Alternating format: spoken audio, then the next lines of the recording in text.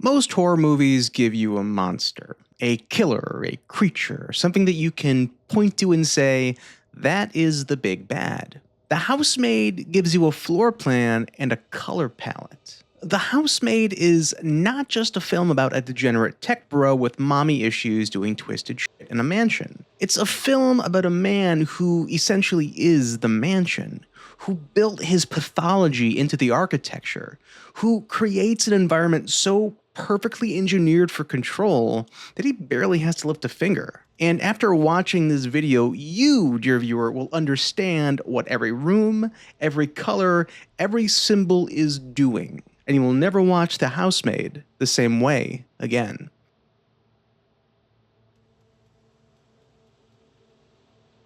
The first thing to understand is that the Winchester mansion is not just a setting, it's a character. Specifically, it's Andrew. Think about what you would need to design a prison if you needed it to not look like a prison. You'd want high ceilings, a sense of grandeur, beautiful furniture, natural light, art, flowers, something that felt like abundance rather than captivity. And then look at the Winchester house. The windows have the appearance of bars. The banisters and balconies create vertical caging throughout every room. The attic, the place where Andrew's most horrifying secret lives, has a deadbolt on the outside like a prison cell. The very first thing you see when you arrive at this house, the path that brings you to the front door, is a shape like a key, similar to the key that Nina gives Millie. It's a reminder built into the landscape of who controls access, who decides who stays and who leaves. The spiral staircase bookends the entire film.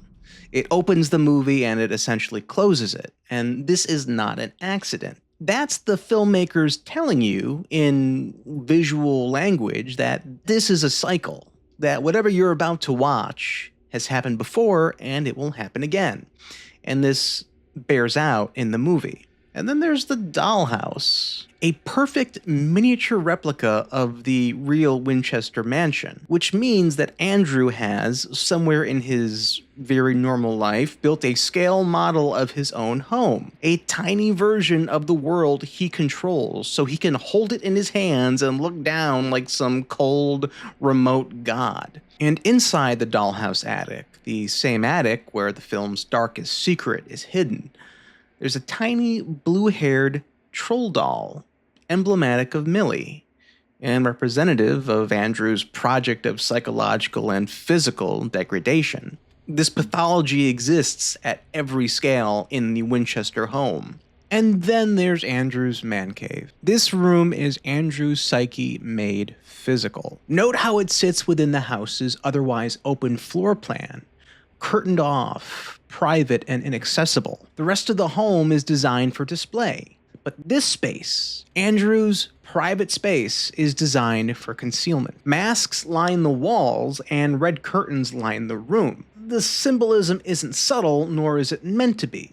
This is a room that announces in its own decor that the owner is performing, that what you see elsewhere in the house is just theater, and the room is saturated in red. Again, that chromatic warning. And the television is always running some stupid show from the 50s or 60s, an era whose cultural logic Andrew has never left. The man cave is everything that Andrew is. Secretive, duplicitous, regressive, and violent. The atrium is where Nina takes tea with her douchebag, snobby acquaintances. The women who smile with their mouths and surveil with their eyes. This space is designed to feel open and luminous, but openness in this film is never safety. The massive windows flood the room with light and offer an unobstructed view inward, and there's nowhere to hide. Nina is exposed like a raw nerve from every angle, and everyone in that room knows it. The dense foliage that fills the atrium doesn't read as warmth or nature, it reads like a jungle. Like there's something always watching from behind the leaves in a predatory way. This is Andrew's social ecosystem in physical form, a manicured, performative hellscape where cruelty circulates as gossip and belonging is determined by how well you reflect the room back at itself. Nina doesn't reflect it. She never did. She was imported into this world as an ornament and is tolerated so long as she stays decorative and doesn't ask too many questions. The atrium stages her exposure perfectly. All that glass, all that light, and all those eyes. And not a single person in that room who is actually on her side. She is surrounded and completely alone. Of all the spaces in the Winchester house, Cece's room is the only one that aspires to something. And that's not a good thing. The wallpaper, the antiquated decor, the carefully curated trappings of wealth and femininity. It's a beautiful room, but it's also a cage. Look closely at the aesthetic. The motifs echo the scene painted on Mother Winchester's china, the same visual language of ornate beauty wrapped around captivity. It's not coincidental. What was done to the women in that household is now being done to the child. Let's talk about the decorative masks displayed in Andrew's man cave. In a movie obsessed with surfaces and what's beneath them, this is not just decor, it's the movie's thesis. Every person in this story is wearing a mask. Millie is hiding her past. She arrived at the Winchester mansion carrying secrets that she's not ready to show anyone, which is how Nina is able to expertly trap Millie into staying on despite her own psychotic act. Nina is hiding her plan. The mask she presents, that of a lonely and unstable, erratic woman, is a performance, and it's a damn good one, because she has not been broken by Andrew, merely driven beneath the mask of the subservient housewife. And Andrew is hiding his own true nature. His mask is the most convincing one of all, because it's made of the most powerful material available. He is handsome, and wealthy, and charming, and white with the perfect smile. He's the kind of man people want to believe. The kind of man who, when accused of something horrible, makes the accusation sound hysterical on its face. There's a very specific archetype for this type of person, the high-functioning social predator, who experiences all of life as a game to be won, and who is completely fluent in this performance of normalcy. His charm is not incidental, it's his weapon. And there's a line I keep coming back to. Beauty is power, a smile is its sword. Andrew's very normal mother told him this, and we'll get into her in a bit. We might be tempted to apply this to Millie, to the ingenue who uses her naive appearance to navigate a dangerous situation to her ultimate benefit. But look closer. That line describes Andrew. That line describes Nina. Charm as a blade. Seduction as a control mechanism. The smile that makes you drop your guard so that the knife can slip unnoticed between your ribs. Everyone in this film is performing. The masks point to this, but the question the movie asks is, to what end? This is the angle that I keep coming back to because I think it's the sharpest and strangest thing that the film does. There's a chandelier in the Winchester home made of hair. Not a chandelier that looks like hair, a chandelier constructed from hair. And not just that, it looks like a hair follicle. And we know that he has some very strange predilections towards hair and follicles. And the film has Millie clean this chandelier of hair as an act of domestic labor, while actually showing her long hair parallel to the chandelier hair. Symbolism. Because it's just kind of weird, right? It wants you to feel the wrongness of that, the intimate strangeness, the almost possessive way he looks at both the chandelier and the hair when he walks in on her cleaning it.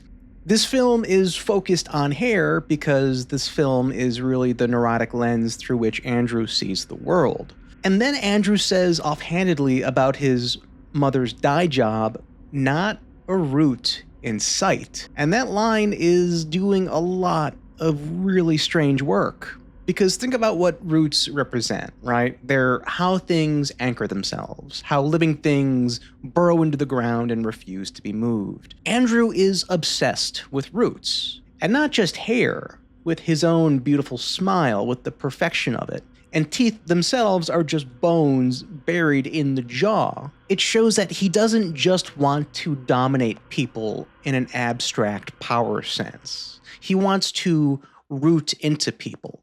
It's why he wanted Millie to carve 20 long lines into her perfect stomach, because he wants to embed himself into somebody permanently. He wants to be somebody's scar. He wants to be the thing beneath the surface that they can't remove without tearing apart themselves. And there's almost certainly a connection to his mother here, to wherever this obsession started, to the earliest environment that taught him to equivocate possession and love and control and care.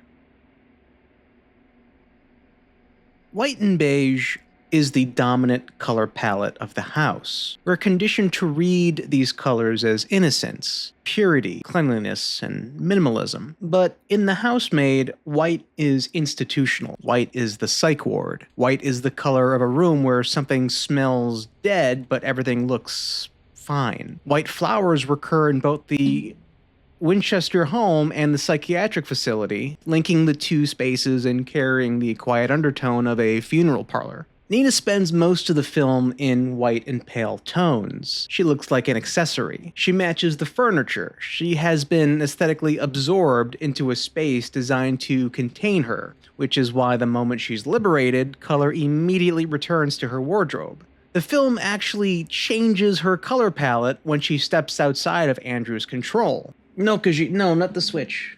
The Millie and Andrew date scene, where Millie wears Nina's clothes, is when Nina's plan activates. White isn't softness here, it's a uniform. It's the cycle of control, captivity, and violence repeating itself. White and beige become a trap.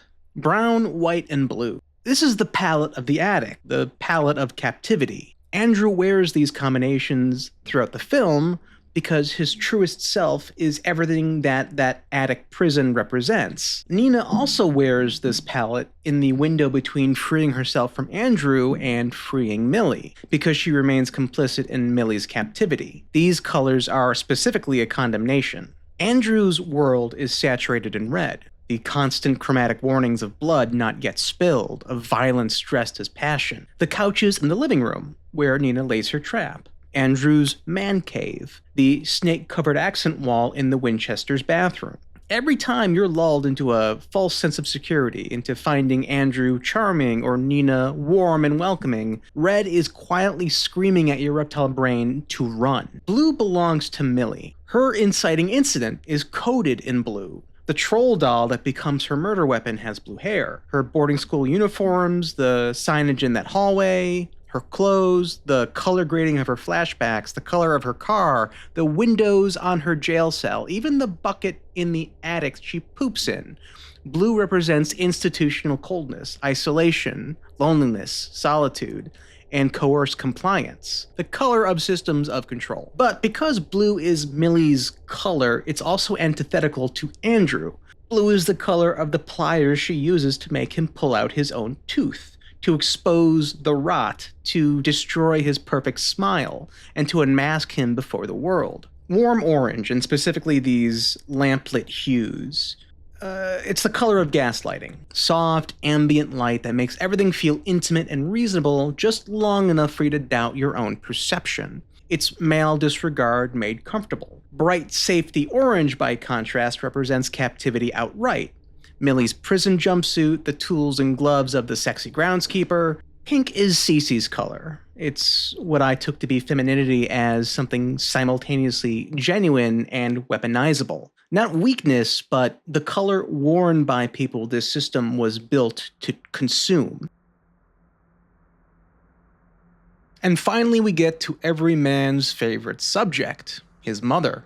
Andrew did not invent himself. He didn't become this way in a vacuum. His mother appears in the film dressed in black with white accents, a controlled, binary-looking palette that mirrors the aesthetic of the house her son went on to build. She has an obsession with china dishes. Andrew loves these dishes, she says. The way she says it should tell you everything you need to know about how he was raised to relate to objects and to people. Look at the design on the china. A caged bird surrounded by beauty. That's the whole goddamn film in a single image. The flowers displayed throughout the Winchester home follow that same logic. Fragrant and lovely, masking something quietly rotting underneath. Mother Winchester is the blueprint, the first space that taught Andrew what a home was, the first deployment of beauty as containment. Notice what Mother Winchester is wearing when she's present for Nina's return from her first forced institutionalization. Gold and white. The exact palette of the Winchester's front door. The threshold of the trap. The face the house presents to the world. She isn't just visiting. She is the door. She is the entrance to everything her son built. And she's dressed to announce it. His pathology didn't emerge from nowhere. It was built slowly, in a space very much like the one he went on to build himself. Mother Winchester is the unseen villain of this film, its architect. The architecture of abuse is inherited, passed down like a floor plan from the previous generation. Andrew probably didn't design it from scratch. He was raised in it first. Thank you so much for your time. The world is kind of crazy right now, and any little escape we can get from the horrors of reality are welcome, and I appreciate you spending that with me. I'm Goblinsburg. Thank you for watching, and I will see you in the next one.